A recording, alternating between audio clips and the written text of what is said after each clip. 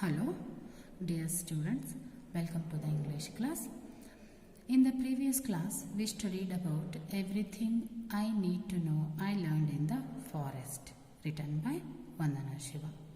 In the first part of this lesson, we studied about Vandana Shiva's ecological journey.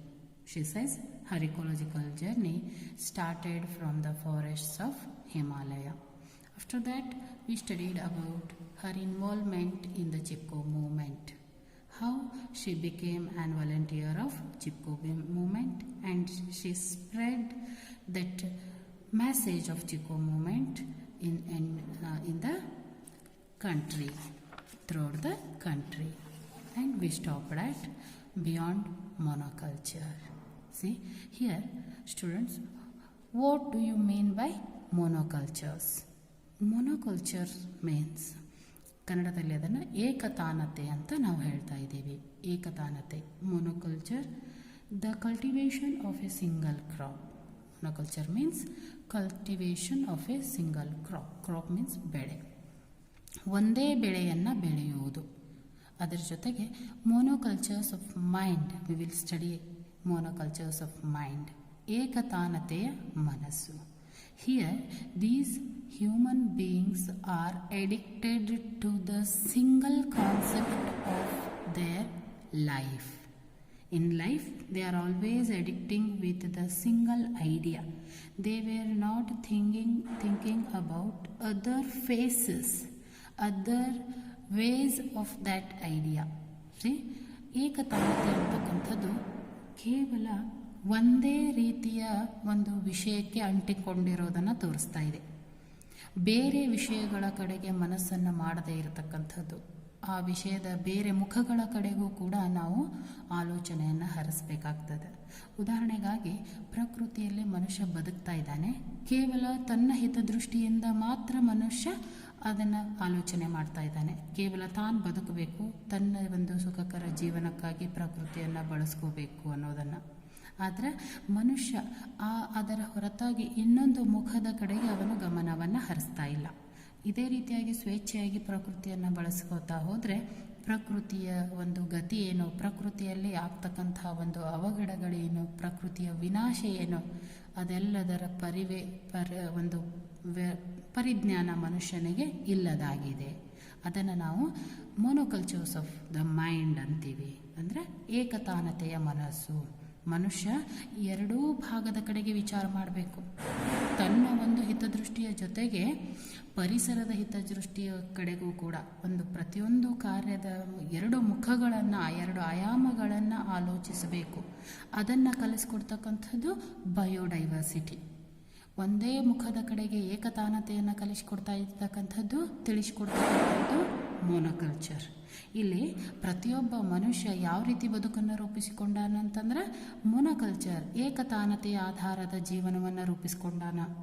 ಹೀಗಾಗಿ ಪ್ರಕೃತಿಯಲ್ಲಿ ವಿನಾಶ ಆಗ್ತಾ ಇದೆ ಅನ್ನೋದನ್ನು ವಂದನಾ ಶಿವ ಅವರು ಯಾವಾಗ ತಾವು ಚಿಪ್ಕೋ ಒಂದು ಮೂಮೆಂಟಲ್ಲಿ ವಾಲಂಟಿಯರ್ ಆಗಿ ಕೆಲಸ ಮಾಡಿದರು, ಆವಾಗ ಅವರು ಈ ವಿಷಯವನ್ನು ಕಂಡುಕೊಂಡ್ರು. ಪ್ರಕೃತಿ ಆಗಿರ್ತಕ್ಕಂಥ ಪ್ರತಿ ವರ್ಷ ಆಗ್ತಕ್ಕಂಥ ಒಂದು ಗಿಡ ಮರಗಳ ಒಂದು ವಿನಾಶ, ವನ್ಯಪ್ರಾಣಿಗಳ ವಿನಾಶ, ಅದೆಲ್ಲವೂ ನಿಧಾನವಾಗಿ ಮನುಷ್ಯನ ಮೇಲೆಯೇ, ಅವನ ಜೀವನದ ಮೇಲೆಯೇ ಪರಿಣಾಮ ಬೀರ್ತಾ ಇದೆ ಅನ್ನೋದನ್ನು ವಂದನಾ ಶಿವ ಅವರು ಗುರುತಿಸ್ಕೊಂಡ್ರು. ಹೀಗಾಗಿ ಈ ಒಂದು ಕಾನ್ಸೆಪ್ಟಲ್ಲಿ ವಂದನಾ ಶಿವ ಅವರು ಏನು ಹೇಳ್ತಾರೆ, ನಮ್ಮ ಮನಸ್ಸಿಗೆ ಅಂಟಿಕೊಂಡಿರ್ತಕ್ಕಂಥ ಏಕತಾನತೆಯನ್ನು ಬಿಡಬೇಕು.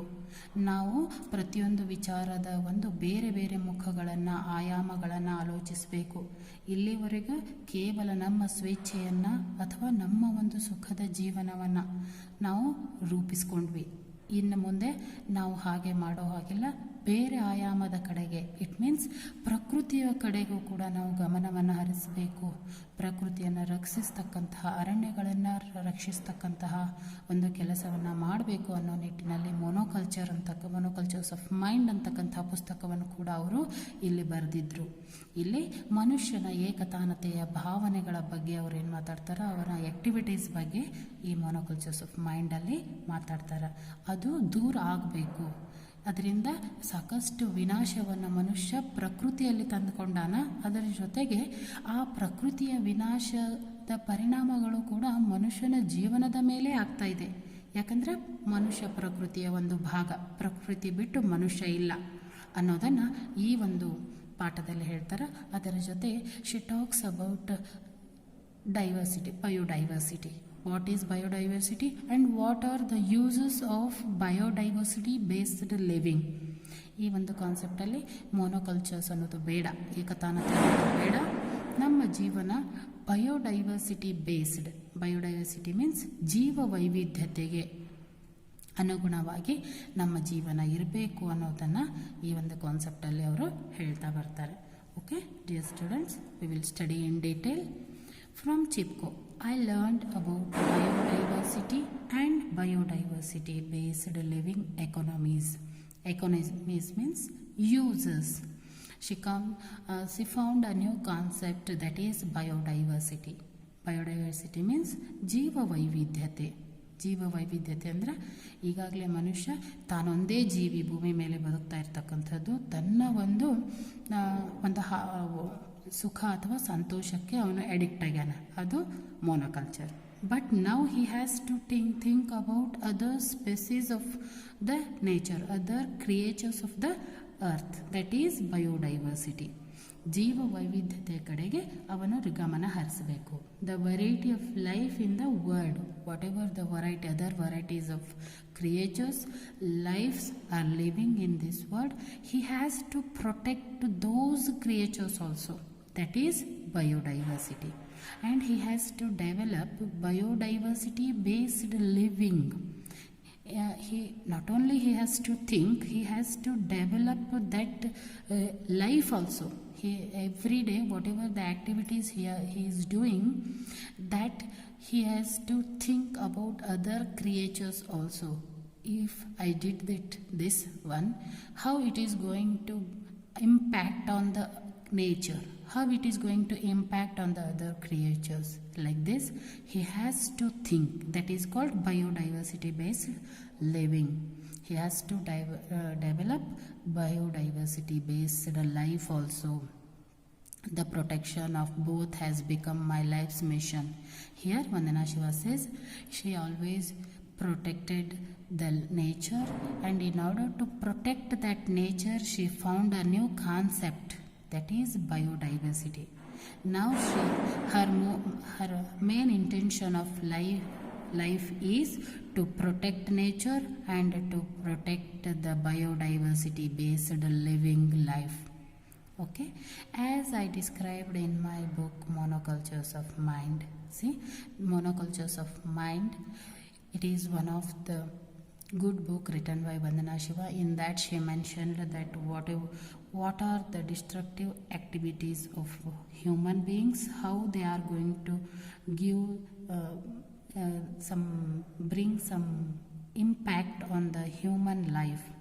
ಅವನು ಮಾಡ್ತಕ್ಕಂಥ ವಿಘಟಕ ಚಟುವಟಿಕೆಗಳು ಯಾವ ರೀತಿ ಮತ್ತೆ ಮಾನವನ ಜೀವನದ ಮೇಲೆ ಪ್ರಭಾವ ಬೀರ್ತಾ ಇದ್ದಾವೆ, ಅದೆಲ್ಲದಕ್ಕೂ ಅವನ ಏಕತಾನತೆಯ ಕಾರಣ ಅನ್ನೋದನ್ನು ಈ ಒಂದು ಪುಸ್ತಕದಲ್ಲಿ ಅವರು ಬರೆದಿರ್ತಕ್ಕಂಥದ್ದು. ಅದರ ಜೊತೆಗೆ ಆ ಏಕತಾನತೆಯನ್ನು ಬಿಟ್ಟು ಹೊರಗೆ ಬಂದು ಅವ ಬಯೋಡೈವರ್ಸಿಟಿ ಬೇಸ್ಡ್ ಲೈಫನ್ನು ರೂಪಿಸ್ಕೋಬೇಕು ಅನ್ನೋದನ್ನು ಕೂಡ ಅವರು ಅಲ್ಲಿ ಮೆನ್ಷನ್ ಮಾಡಿದ್ದನ್ನು ಇಲ್ಲಿ ಹೇಳ್ತಾ ಇದ್ದಾರೆ. She says, I mentioned all the destructive activities of human beings in my book Monocultures of Mind. Now he has to develop biodiversity based living. See, the failure to understand biodiversity and its many functions is at the root of the impoverishment of nature and culture. See, here the failure of understanding, human beings are failed to understand whatever the uses of this biodiversity, what is the function of this biodiversity. So they are addicted to monocultures. Now all these destructive activities were happening in this environment. So these human beings have to develop some biodiversity. ಜೀವ ವೈವಿಧ್ಯತೆಯನ್ನು ಬೆಳೆಸ್ಕೊಳ್ಬೇಕು. ಬೇರೆ ಜೀವಗಳಿಗೂ ಕೂಡ ಪ್ರಾಧಾನ್ಯತೆ ಕೊಡಬೇಕು. ಆ ಜೀವನ ಅಂತಕ್ಕಂಥದ್ದು, ಜೀವ ವೈವಿಧ್ಯತೆಗೆ ಕೊಡ್ತಕ್ಕಂತಹ ಪ್ರಾಧಾನ್ಯತೆಯನ್ನು ಅಂತಕ್ಕಂಥದ್ದು ಮನುಷ್ಯನ ಜೀವನವನ್ನು ರಕ್ಷಿಸಲಿಕ್ಕೆ ಸಾಧ್ಯ. ಈ ಎಲ್ಲ ಒಂದು ಪ್ರಕೃತಿಯ ವಿನಾಶದ ಬೇರು ಎಲ್ಲೈತಿ ಅಂತಂದ್ರೆ ಅದು ಮೋನೋಕಲ್ಚರ್ಸ್ನಲ್ಲೈತಿ. ಅದು ಬದಲಾಗಬೇಕು. ಅದು ಮೋನೋಕಲ್ಚರ್ಸ್ ಏಕತಾನತೆ ಹೋಗಿ ಜೀವ ವೈವಿಧ್ಯತೆಗೆ ಬರಬೇಕು. Monocultures has to change with biodiversity. Because this monoculture is root for all the evil destructive activities of human being in this nature. Root of the impoverishment of nature and culture. Here biodiversity. If human beings develop biodiversity, and that will become a root for all the impoverishment. Impoverishment means ಆಗಿರ್ತಕ್ಕಂಥ ವಿನಾಶ ಎಲ್ಲವೂ ಕಡಿಮೆ ಆಗಿ ಪ್ರಕೃತಿ ಅಂತಕ್ಕಂಥದ್ದು ಏನಾಗ್ತದೆ ಅಲ್ಲಿ ಮತ್ತೆ ಚೇತರಿಸಿಕೊಳ್ತದೆ. ಪ್ರಕೃತಿಯಲ್ಲಿ ವಿಘಟಕ ಚಟುವಟಿಕೆಗಳಿಂದ ಆಗಿರ್ತಕ್ಕಂಥ ಎಲ್ಲ ವಿನಾಶಗಳು ಸರಿ ಹೋಗಿ ನೇಚರ್ ಆ್ಯಂಡ್ ಕಲ್ಚರ್ ಅಂದರೆ ಪ್ರಕೃತಿ ಮತ್ತು ಮನುಷ್ಯನ ಸಂಸ್ಕೃತಿಯಲ್ಲಿ ಮತ್ತು ಸುತ್ತಮುತ್ತ ಪ್ರಕೃತಿಯಲ್ಲಿ ಆಗಿರ್ತಕ್ಕಂಥ ಎಲ್ಲ ವಿನಾಶಗಳಿಂದ ಮನುಷ್ಯ ಹೊರಬರಲಿಕ್ಕೆ ಏಕೈಕ ಮಾರ್ಗ ಅಂತಂದ್ರೆ ಅದು ಬಯೋಡೈವರ್ಸಿಟಿ ಬೇಸ್ಡ್ ಲಿವಿಂಗ್ ಅಂತ ತಮ್ಮ ಒಂದು ಮೋನೋಕಲ್ಚರ್ಸ್ ಆಫ್ ಮೈಂಡ್ ಅಂತಕ್ಕಂಥ ಪುಸ್ತಕದಲ್ಲಿ ವಂದನಾ ಶಿವ ಅವರು ಹೇಳಿರ್ತಕ್ಕಂಥದ್ದು. She not only told about this biodiversity and biodiversity based living, she used that biodiversity in her Navadhanya farm. ಅವರು ಕೇವಲ ಈ ಬಯೋಡೈವರ್ಸಿಟಿಯನ್ನು, ಜೀವ ವೈವಿಧ್ಯತೆ ಅನ್ನೋದರ ಬಗ್ಗೆ ಹೇಳಿಲ್ಲ, ಅದರ ಜೊತೆಗೆ ಆ ಒಂದು ಜೀವ ವೈವಿಧ್ಯತೆಯನ್ನು ಯಾವ ರೀತಿ ನಮ್ಮ ಜೀವನದಲ್ಲಿ ಬಳಸ್ಕೋಬೇಕು ಅನ್ನೋದನ್ನು ತಮ್ಮ ನವಧಾನ್ಯ ಫಾರ್ಮಲ್ಲಿ ಅವರು ತೋರಿಸಿಕೊಟ್ಟಿರ್ತಕ್ಕಂಥದ್ದು. ಈ ಬಯೋಡೈವರ್ಸಿಟಿ ಆಧಾರಿತ ಜೀವನವನ್ನು ತಮ್ಮ ಒಂದು ಕೃಷಿಯಲ್ಲೇ ಅವರು ಬಳಸಿಕೊಂಡಿರ್ತಕ್ಕಂಥದ್ದು. ನಮ್ಮ ಜೀವನದ ಸಾಕಷ್ಟು ಆಯಾಮಗಳು ಬರ್ತಾವೆ. ಆ ಎಲ್ಲ ಆಯಾಮಗಳ ವೃತ್ತಿಪರ ಆಯಾಮಗಳಾಗಿರ್ಬೋದು, ದೈನಂದಿನ ಜೀವನ ಆಗಿರ್ಬೋದು, ಎಲ್ಲದರಲ್ಲಿ ನಾವು ಜೀವ ವೈವಿಧ್ಯತೆಯನ್ನು ಬೆಳೆಸ್ಕೋಬೇಕು ಅನ್ನೋದನ್ನು ಅವರು ಕಲಿಸಿಕೊಟ್ರು, ತಿಳಿಸಿಕೊಟ್ರು. ಅದರ ಜೊತೆಗೆ ಆ ಜೀವ ವೈವಿಧ್ಯತೆಯನ್ನು ತಮ್ಮ ಕೃಷಿಯಲ್ಲಿ ಅವರು ಬಳಸಿಕೊಂಡಿರ್ತಕ್ಕಂಥದ್ದನ್ನು ನಾವಿಲ್ಲಿ ನೋಡ್ತಾ ಇದ್ದೀವಿ. ಆ ಜೀವ ವೈವಿಧ್ಯತೆಯನ್ನು, ಬಯೋಡೈವರ್ಸಿಟಿಯನ್ನು ಕೃಷಿಯಲ್ಲಿ ಫಾರ್ಮಲ್ಲಿ ಬಳಸಿಕೊಂಡು ಅವ್ರು ಏನು ಮಾಡ್ತಾರೆ, ನವಧಾನ್ಯ ಫಾರ್ಮನ್ನು ಅಲ್ಲಿ ಸ್ಟಾರ್ಟ್ ಮಾಡ್ತಾರೆ. ಅಲ್ಲಿ ವೆರೈಟಿ ಆಫ್ ಸೀಡ್ಸನ್ನು, ಗ್ರೇನ್ಸನ್ನು ಅವರು ಕಲೆ ಹಾಕಿರ್ತಕ್ಕಂಥದ್ದನ್ನು ನಾವು ನೋಡ್ತಾ ಇದ್ದೀವಿ. ಈಗಾಗಲೇ ನಾವು ಮೋನೋಕಲ್ಚರಿಸ್ಟ್ ಆಗಿದ್ವಿ, ಅಂದರೆ ಏಕತಾನತೆಯ ಅನುಗುಣವಾಗಿ ಕೇವಲ ಒಂದೇ ರೀತಿಯ ಬೆಳೆಯನ್ನು ಬೆಳೀತಾ ಇದ್ವಿ. ಇದರಿಂದ ಭೂ ಸವಕಳಿ ಆಗ್ತಿತ್ತು, ಮಣ್ಣಿನ ಫಲಿತಾಂಶ ಹೋಗ್ತಾ ಇತ್ತು, ಅದ್ರ ಜೊತೆಗೆ ಆ ಒಂದು ಗ್ರೇನ್ ಕ್ವಾಲಿಟಿ ಕೂಡ ಅಲ್ಲಿ ನಶಿಸಿ ಹೋಗ್ತಾ ಇತ್ತು. ಹೀಗೆ ಅದನ್ನು ಕೈಬಿಟ್ಟು ನಾವು ವೆರೈಟಿ ಆಫ್ ಸೀಡ್ಸನ್ನು, ಬೇರೆ ಬೇರೆ ಅದೇ ಜಾತಿಯ, ಈಗ ನಾವು ಗೋಧಿ ಅಂತ ತೆಗೆದುಕೊಂಡ್ರೆ ಗೋಧಿಯಲ್ಲಿಯೇ ಬೇರೆ ಬೇರೆ ಜಾತಿಯ ಗೋಧಿಗಳು ಬರ್ತಾವೆ. ಆದರೆ ನಾವು ಮೋನೋಕಲ್ಚರಿಸ್ಟ್ ಆಗಿದ್ವಿ, ಒಂದೇ ರೀತಿಯ ಗೋಧಿ ಬೆಳೆಯನ್ನು, ಅಕ್ಕಿ ಬೆಳೆಯನ್ನು ಬೆಳೀತಾ ಇದ್ವಿ. ಈಗ ವಂದನಾ ಶಿವ ಅವರು ಈ ಬಯೋಡೈವರ್ಸಿಟಿಯನ್ನು ಬೆಳೆಗಳಲ್ಲಿ ಅಳವಡಿಸ್ಕೋತಾರೆ.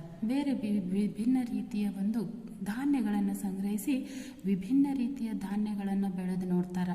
ಅವಾಗೇನಾಯಿತು, ಭೂಮಿಯ ಫಲವತ್ತತೆಯೂ ಹೆಚ್ಚಾಯಿತು, ಅದರ ಜೊತೆಗೆ ಆ ಕಾಳುಗಳ ಗುಣಮಟ್ಟ ಕೂಡ ಹೆಚ್ಚಾಯಿತು. ಈ ರೀತಿ ಬಯೋಡೈವರ್ಸಿಟಿ ಬೇಸ್ಡ್ ಲೈಫ್ ಅಂತಕ್ಕಂಥದ್ದು ನಮ್ಮಲ್ಲಿ ಅಭಿವೃದ್ಧಿಯನ್ನು ಆಗಿ ಹೋಗಿರ್ತಕ್ಕಂಥ ಒಂದು ಏನು ಈ ವಿಘಟನೆಗಳೇನಾಗ್ಯದ, ಒಂದು ನಾಶ ಏನಾಗೈತಿ, ಅದನ್ನು ಸರಿದೂಗಿಸ್ತಕ್ಕಂಥ ಕೆಲಸವನ್ನು ಮಾಡಬಹುದು ಅಂಥೇಳಿ ತಮ್ಮ ಒಂದು ಈ ಪ್ರಾಕ್ಟಿಕಲ್ ಆಗಿ ಬಯೋಡೈವರ್ಸಿಟಿಯನ್ನು ಜೀವನದಲ್ಲಿ ಬಳಸ್ಕೊಂಡು ನಮಗೆ ಮಾದರಿಯಾಗಿ ನವಧಾನ್ಯ ಫಾರ್ಮನ್ನು ಕೊಟ್ಟಿರ್ತಕ್ಕಂಥದ್ದನ್ನು ನಾವಿಲ್ಲಿ ನೋಡ್ತಾ ಇದ್ದೀವಿ. Okay dear students, V will study in detail the lessons I learned about biodiversity. Whatever the lesson I learned about diversity in the Himalayan forests, I transferred to the protection of biodiversity on our farms. Whatever the concept I found, the biodiversity from the Himalayan forest, that I wanted to apply in my farm. ನನ್ನ ಒಂದು ಗದ್ದೆಯಲ್ಲಿ, ಕೃಷಿಯಲ್ಲಿ ಅದನ್ನು ಬಳಸ್ಕೊಳ್ಳುವ ಪ್ರಯತ್ನ ಮಾಡಿದೆ ಅಂತ ಹೇಳ್ತಾರೆ. I started saving seeds from farmers fields and then realised we needed a farm for demonstration and training. So, in order to develop that biodiversity in her own farm, she started collecting different variety of seed grains. She started collecting different variety of seed grains, and for that, in order to collect all the seed grains, to train the farmers, she wanted a farm. So she started Navadhanya farm. ಸಾಕಷ್ಟು ರೀತಿಯ ಧಾನ್ಯದ ತಳಿಗಳನ್ನು ಸಂಗ್ರಹಿಸಿದ್ರು. ಆ ಧಾನ್ಯದ ತಳಿಗಳ ಬಗ್ಗೆ ರೈತರಿಗೆ ತಿಳಿಸಿಕೊಡುವಲ್ಲಿ, demonstration ಮಾಡುವಲ್ಲಿ, ಒಂದು ಅವರ ರೈತರಿಗೆ ಟ್ರೈನಿಂಗನ್ನು ಮಾಡುವಲ್ಲಿ ಒಂದು ಫಾರ್ಮ್ನ ಅವಶ್ಯಕತೆ ಇತ್ತು. ಹೀಗಾಗಿ ಅವರು ನವಧಾನ್ಯ ಫಾರ್ಮ್ ಅನ್ನೋದನ್ನು ಕಟ್ಟಿಕೊಂಡ್ರು. ಆ ನವಧಾನ್ಯ ಫಾರ್ಮನ್ನು thus Navdanya farm was started in 1994 in the Doon Valley, located in the lower elevation Himalayan region of Uttarakhand province. Uttarakhand ಪ್ರದೇಶದ, ಹಿಮಾಲಯದ ಉತ್ತರಾಖಂಡ್ ಪ್ರದೇಶದಲ್ಲಿ ಬರ್ತಕ್ಕಂತಹ ಡೂನ್ ವ್ಯಾಲಿ ಅಂತಕ್ಕಂಥ ಒಂದು ಪ್ರದೇಶದಲ್ಲಿ 1994ರಲ್ಲಿ ನವಧಾನ್ಯ ಫಾರ್ಮನ್ನು ಪ್ರಾರಂಭಿಸಿದರು. In this Navdanya farm she use to collect all the different varieties of seed grains. Today we conserve and grow 630 varieties of rice.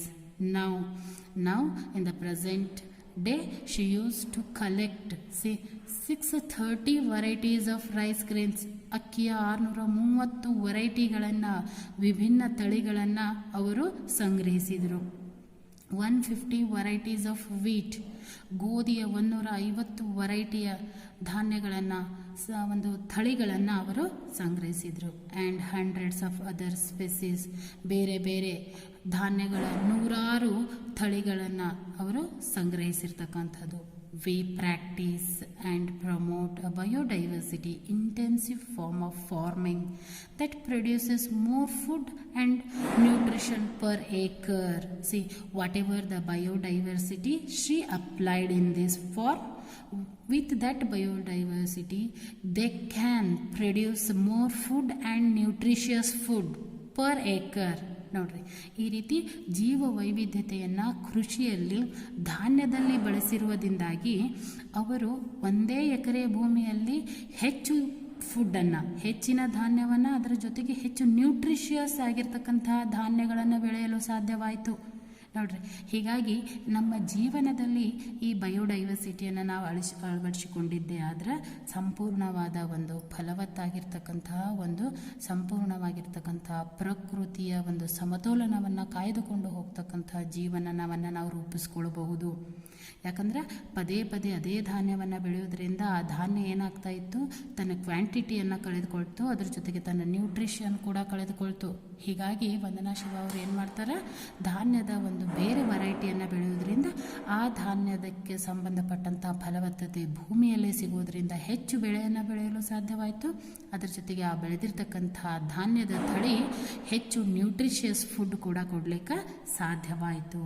ಹೀಗಾಗಿ ಈ ಬಯೋಡೈವರ್ಸಿಟಿ ಬೇಸ್ಡ್ ಲಿವಿಂಗ್ ಅನ್ನೋದು ಈ ಒಂದು ಫಾರ್ಮಿಂಗಲ್ಲಿ, ಕೃಷಿಯಲ್ಲಿ ಹೆಚ್ಚಿನ ಒಂದು ಅಭಿವೃದ್ಧಿಯನ್ನು ಅಥವಾ ಪ್ರಕೃತಿಯೊಂದಿಗೆ ಸಮತೋಲನವನ್ನು ಕಾಯ್ದುಕೊಳ್ಳುವಲ್ಲಿ ಕೂಡ ಸಹಾಯಕವಾಯಿತು ಅನ್ನೋದನ್ನು ಈ ಒಂದು ಪ್ರಾಕ್ಟಿಕಲ್ ಆಗಿ ಅದನ್ನು ಬಳಸುವುದರ ಮೂಲಕ ವಂದನಾ ಶಿವ ಅವರು ಇಲ್ಲಿ ತಿಳಿಸಿಕೊಡ್ತಕ್ಕಂಥದ್ದು. The conservation of biodiversity is therefore also the answer to the food and nutrition crisis. Whatever the biodiversity she used in her farming, that is the answer for the food and nutrition crisis. Nowadays we can find there was a crisis of food and nutrition in the good quality of food. So it is going to be a good answer. Biodiversity is a good answer for the crisis of nutrition in the food. See, Navadhanya. What is Navadhanya? Navadhanya means the movement for biodiversity, conservation and organic farming that I started in 1987. See, Navadhanya. See, already she started Navadhanya farm in Doon Valley. One more movement was started by Vandana Shiva, that is Navadhanya Movement. That Navadhanya Movement was started in 1987 Because of that only she able to collect all the varieties of different varieties of grain seeds. So this movement was started in 1987. It means, what do you mean by Navadhanya movement? Navadhanya means the movement for biodiversity, conservation and organic farming. See, Navadhanya movement talks about biodiversity based organic farming.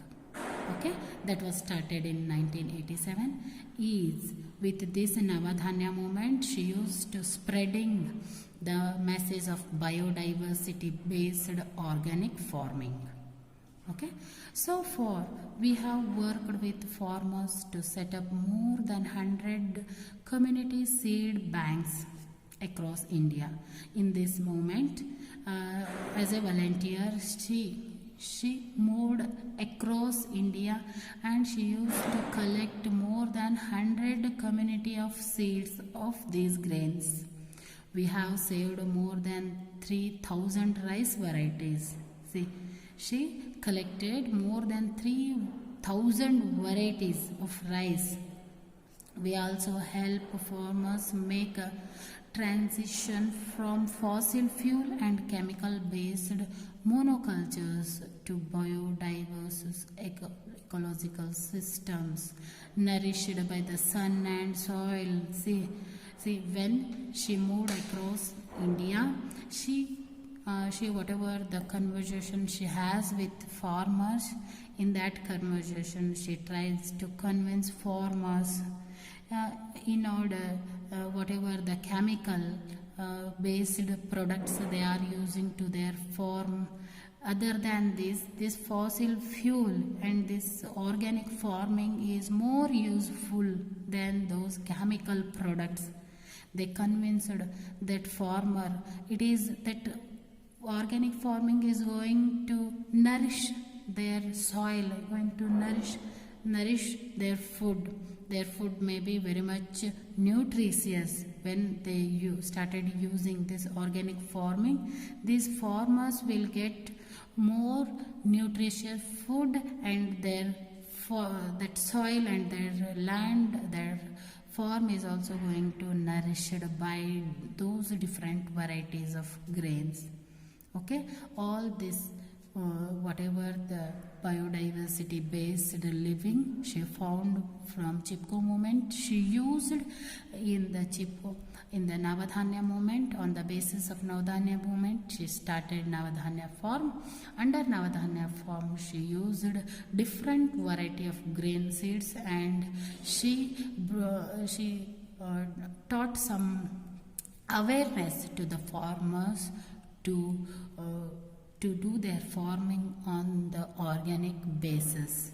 See, biodiversity has been my teacher of abundance and freedom of cooperation and mutual giving. See, here whatever the biodiversity living life she chose in the farming, that taught her abundance of freedom and of cooperation and mutual living with the nature. We have to live because we are the parts of nature.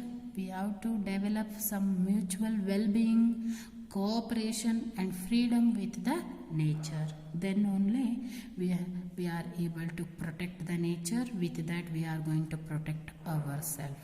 In this beyond monocultures, in this concept, she talks about monocultures is not good for the human life. ಏಕತಾನತೆ ಅನ್ನೋದು ಒಳ್ಳೆಯದಲ್ಲ. ನಾವು biodiversity based ಲೈಫನ್ನು ರೂಪಿಸ್ಕೋಬೇಕು. ಅದಕ್ಕೊಂದು ನವಧಾನ್ಯ ಮೂಮೆಂಟನ್ನು, ನವಧಾನ್ಯ form ಬಗ್ಗೆ ಅವರು ಉದಾಹರಣೆಯನ್ನು ಕೊಟ್ಟಿರ್ತಕ್ಕಂಥದ್ದು. This is about beyond monocultures. We will proceed towards rights of nature. Rights of nature on the global stage. Here, Ecuador has recognized the rights of nature. Why does this Ecuador recognize the rights of nature? Because already human beings are there to destroy the nature. Already he destroyed forests, He destroyed many living organisms. Now also he is not stopping his destructive activities. He is thinking that he is the owner of the nature. He wanted to become dominate on the nature. Because of that domination, he is going to spoil the nature, and here he forgot that he is the part of nature.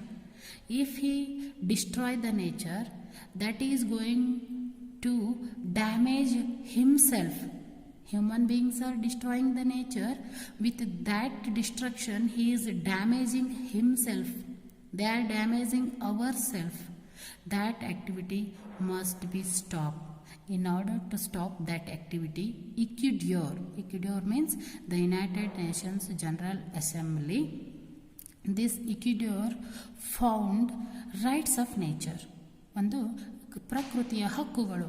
ಮನುಷ್ಯ ಏನು ತಿಳ್ಕೊಂಡಿದ್ದಾನೆ, ತಾನೇ ಪ್ರಕೃತಿಯನ್ನು ಕಂಟ್ರೋಲಲ್ಲಿ ಇಟ್ಕೊಂಡಿರ್ತಕ್ಕಂಥವ ಅನ್ನೋ ಒಂದು ದೃಷ್ಟಿಯಲ್ಲಿ ಪ್ರತಿಯೊಂದು ಪ್ರಕೃತಿಯನ್ನು ತನ್ನ ಸ್ವೇಚ್ಛಾಗಿ ಬಳಸ್ತಾ ಇದ್ದಾನೆ. ಇದನ್ನು ಲಿಮಿಟೇಷನ್ಗೊಳಿಸುವಲ್ಲಿ, ಇದನ್ನು ಮಾನವನ ಚಟುವಟಿಕೆಯನ್ನು ನಿಯಂತ್ರಿಸುವಲ್ಲಿ ಈಕ್ವಡೋರ್ ಅಂತಕ್ಕಂಥದ್ದು, the United Nations General assembly ಅಂತಕ್ಕಂಥದ್ದು ರೈಟ್ಸ್ ಆಫ್ ನೇಚರನ್ನು, ಮನುಷ್ಯನಿಗೆ ಪ್ರಕೃತಿ ಕೊಟ್ಟಿರ್ತಕ್ಕಂಥ ಹಕ್ಕುಗಳ ಒಂದು ಲಿಸ್ಟನ್ನು ಮನುಷ್ಯನಿಗೆ ಕೊಡ್ತದೆ. ಇಷ್ಟೇ ಹಕ್ಕುಗಳನ್ನು ಮಾತ್ರ ನಿನಗೆ ಪ್ರಕೃತಿ ಕೊಟ್ಟಿರ್ತಕ್ಕಂಥದ್ದು.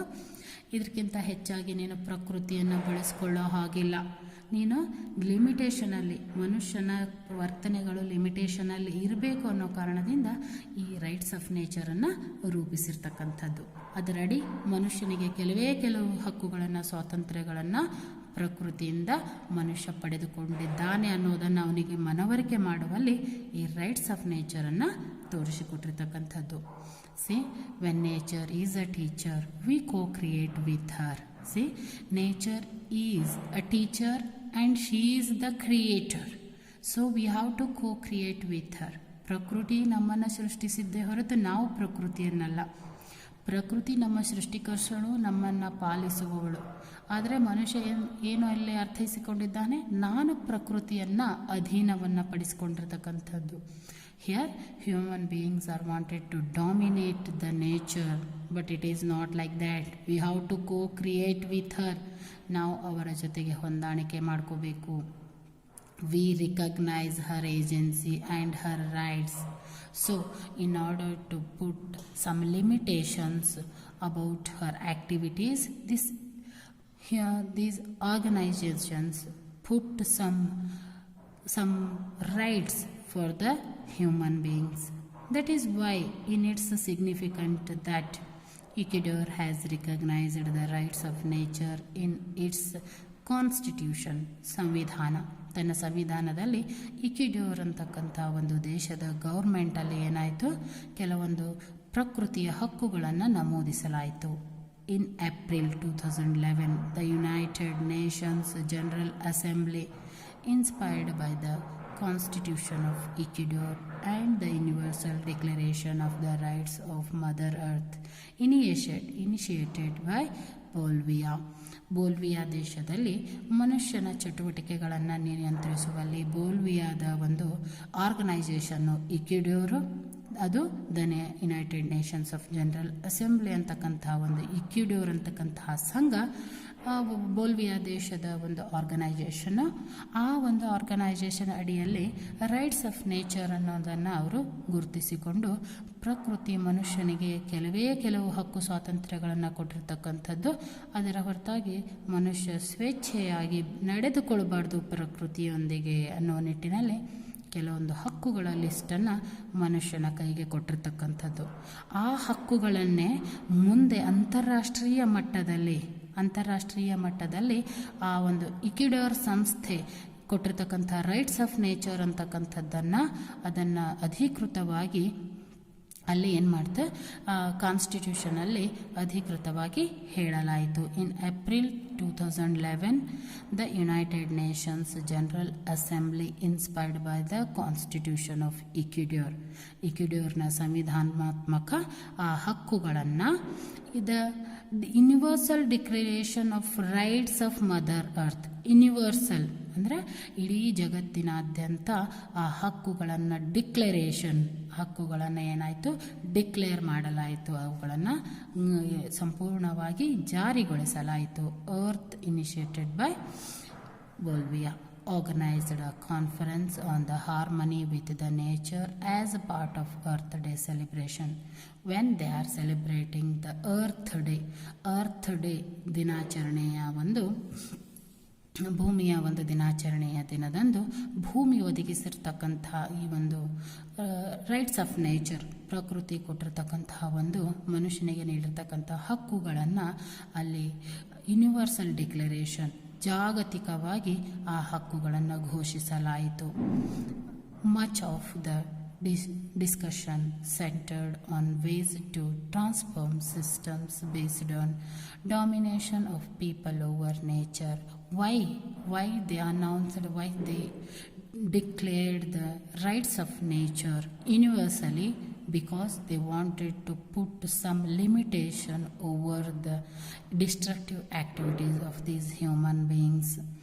So, men over women and rich over poor into new systems based on partnership. Whatever man is thinking that he was thinking that he was dominating. Man has a character called domination. Wherever he found some weaknesses, for example, women, some kind of weakness is there, so men are dominating women. Then poor, some kind of weaknesses are there, so rich people are dominating on poor. In the same way, man wanted to dominate over the nature, because nature sustain everything. Whatever he does, she sustain everything. So in order to put some control over his human beings activity, the Ecuador Assembly announced some rights of nature. Those rights of nature were declared universally on the day of Earth Day celebration. Okay, this is about rights of nature. Then the US Secretary General's report Harmony with Nature, issued in conjunction with the conference. Here UN Secretary General reported, in order to put some control over the human beings activity, here UN Secretary General also talks about harmony with nature. We have to develop some harmony with nature, because we are the creator, we are created by the nature, and we are also the part of nature. We are not away from this nature, so we must develop some harmony with nature. Issued in conjunction with the conference. In this conference, UN conference held on the Earth Day celebration. In that conference, they declared the rights of nature.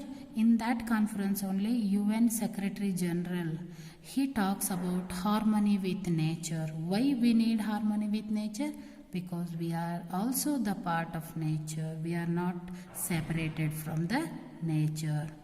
Ultimately, environmentally destructive behavior is the result of a failure to recognize that human beings are an inseparable part of the nature, and that we cannot damage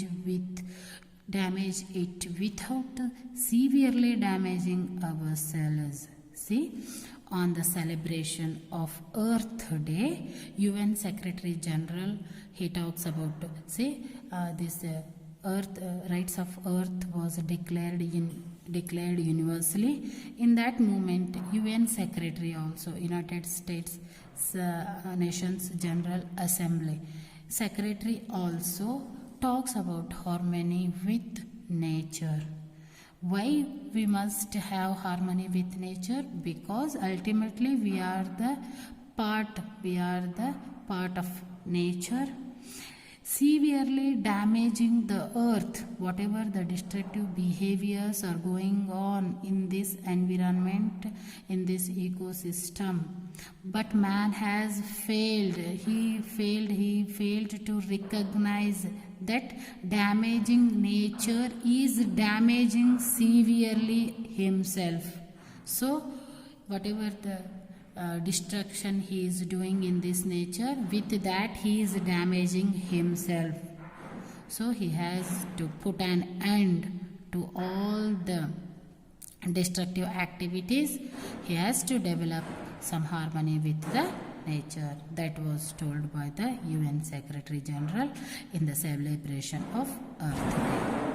Separatism is indeed at the root of disharmony with the nature. Separatism. Here, separatism means man was thinking that he was separated from the nature. That is what he was doing all these activities.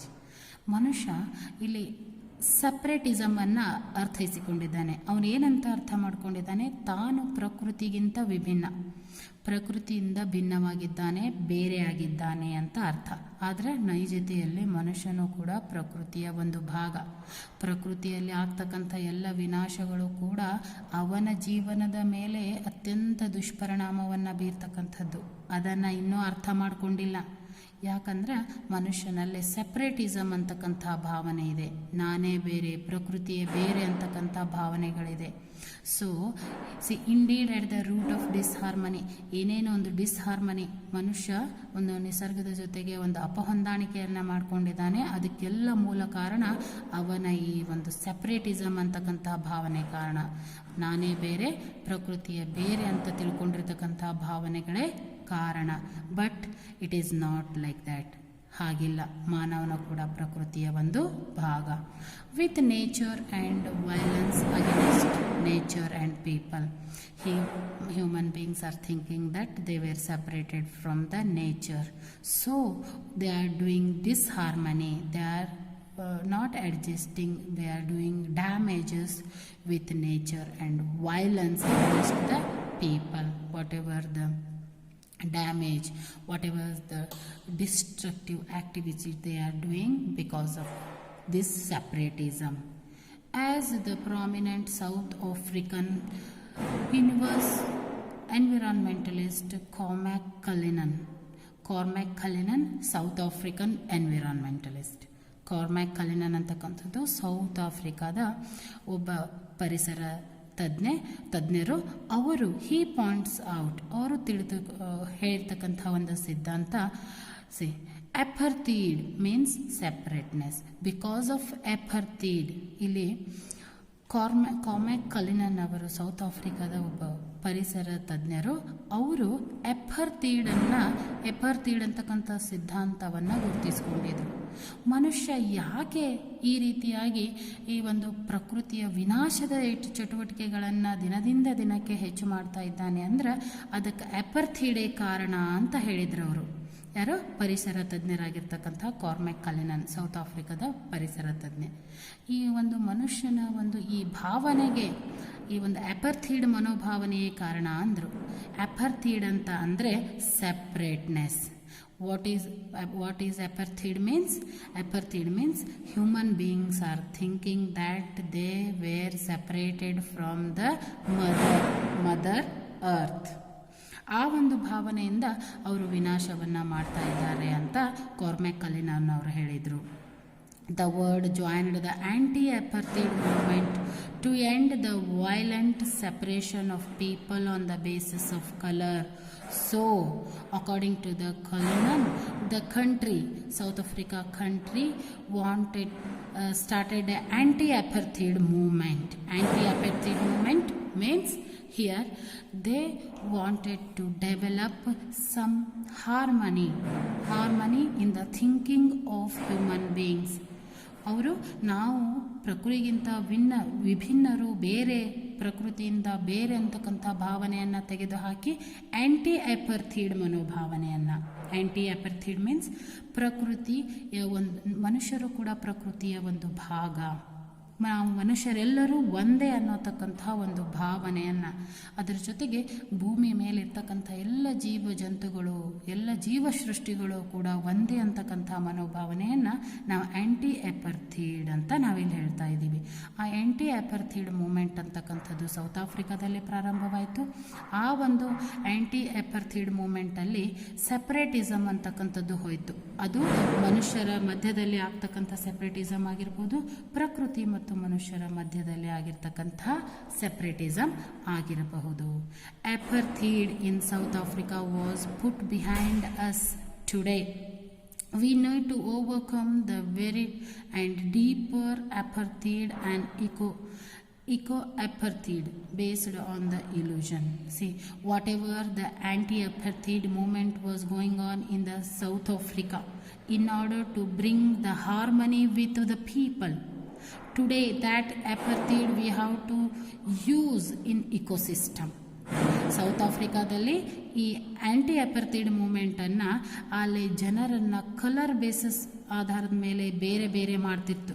ಅದನ್ನು ಒಂದು ಮಾಡಲು ಆ್ಯಂಟಿ ಅಪರ್ಥೈಡ್ ಮೂಮೆಂಟನ್ನು south ಆಫ್ರಿಕಾದ ಜನರು ಬಳಸ್ಕೊಂಡ್ರು. ಆದರೆ ನಾವು ಅದೇ ಆ್ಯಂಟಿ ಅಪರ್ಥೈಡ್ ಮೂಮೆಂಟನ್ನು ಈಗ ಪ್ರಕೃತಿಯಲ್ಲಿ ಬಳಸ್ಕೋಬೇಕು.